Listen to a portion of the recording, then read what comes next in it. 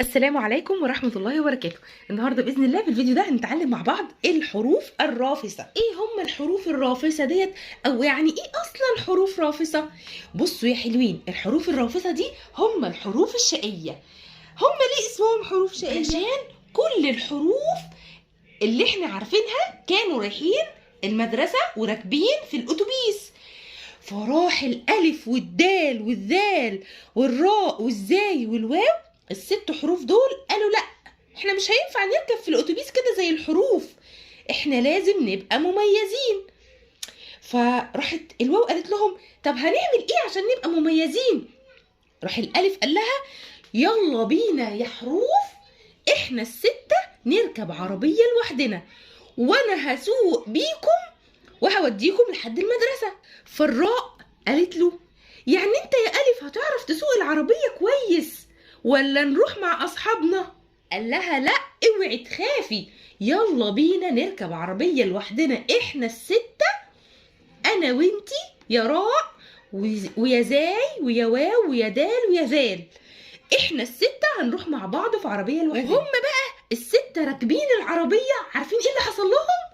هم الستة عملوا حادثة، فالعربية اتقلبت بيهم وقعدوا يعيطوا يعيطوا، وجات الإسعاف وخدتهم ودتهم المستشفى. أول ما وصلوا هناك الدكاترة قالت لهم انتوا الستة خلاص هيبقى عندكم ايد واحدة بس وايدكم التانية اتقطعت، عشان انتوا لما عملتوا حادثة ايدكم التانية اتقطعت. قعدوا يعيطوا جامد قوي ويقولوا له طب احنا شكلنا هيبقى عامل ازاي؟ قال لهم انتوا الستة اي حرف هيجي بعدكم مش هتعرفوا تمسكوه ولا هتعرفوا تمسكوا في ايده عشان ايدكم التانية اتقطعت. قالوا له طب وبعدين يعني اي حرف يجي قبلنا هنعمل فيه ايه؟ هينفع نمسك اصحابنا اللي قبلنا؟ قال لهم طبعا، انتوا عندكم ايد واحدة بس. شايفين بقى ازاي ما سمعوش الكلام وعملوا حادثة وبقى عندهم ايد واحدة بس؟ يلا بقى نشوف شكلهم وهم عندهم ايد واحدة بس. هو ده شكلهم وهم عندهم ايد واحدة بس. يعني ايه؟ يعني حرف الالف بيمسك في اي حرف جاي قبله وبس، لو جه اي حرف تاني بعده ما بيمسكش فيه لان هو عنده ايد واحدة بس وايده التانية اتقطعت في الحادثة. طب وحرف الدال هو كمان عنده ايد واحدة بس، بيمسك اي حرف جاي قبله وما بيعرفش يمسك في اي حرف تاني جاي بعده لانه هو كمان كان معاهم في الحادثه. تمام. طب وحرف الذال هو كمان كان معاهم في العربيه، صح؟ لازم نبقى فاكرين وعارفين كويس قوي ان هم كام حرف كانوا في العربيه؟ 6 حروف. كمان حرف الراء وحرف الزاي هما الاتنين كانوا معاهم في الحادثه. وحرف الواو هو كمان ايده اتكسرت وبقى عنده ايد واحده بس.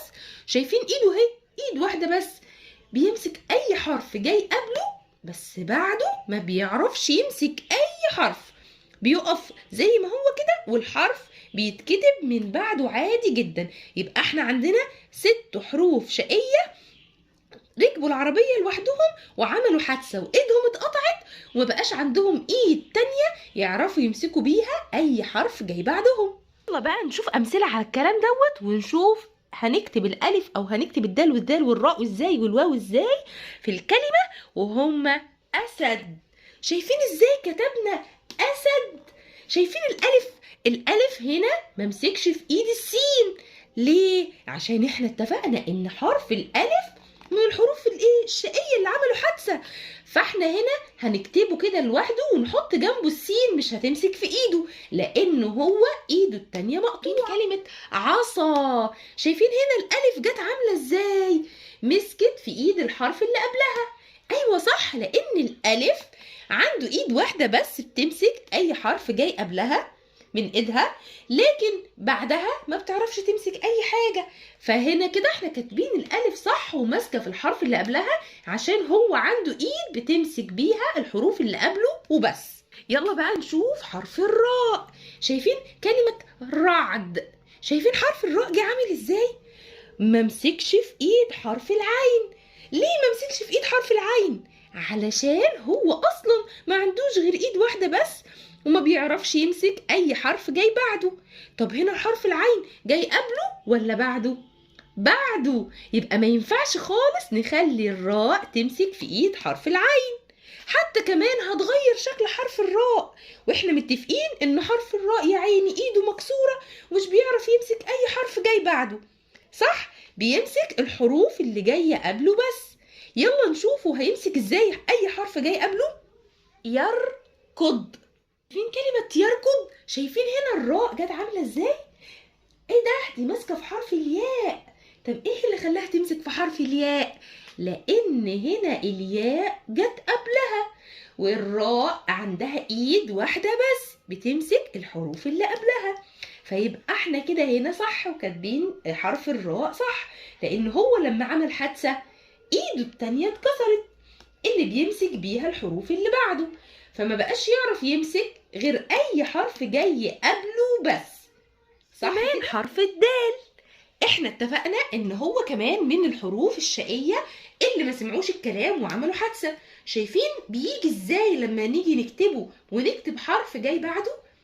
ما بنخليهوش يمسك في اي حرف جاي بعده، عشان هو اصلا ايده مكسورة وما عندوش اي ايد او اي حاجة يمسك بيها الحرف اللي بعده. كلمة مدينة، شايفين هنا الدال بقى في كلمة مدينة جت عاملة ازاي؟ احنا اتفقنا انها من الحروف الشقية، فهنا عندها ايد بتمسك بيها الحرف اللي قبلها، فمسكت في ايد حرف الميم، لكن بعدها ما رضيتش ابدا تمسك في ايد حرف الياء، لان هي ما عندهاش، مش هتعرف تمسك في ايد حرف الياء. عشان كده كتبنا الدال بالشكل ده، مسكت في الحرف اللي قبلها وما بتمسكش في اي حرف جاي بعدها.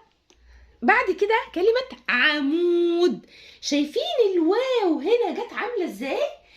مسكت في ايد الحرف اللي قبلها وما مسكتش في ايد الحرف اللي بعدها. شايفين؟ مع ان الدال ممكن ان هو يمسك في الحرف اللي قبله، صح؟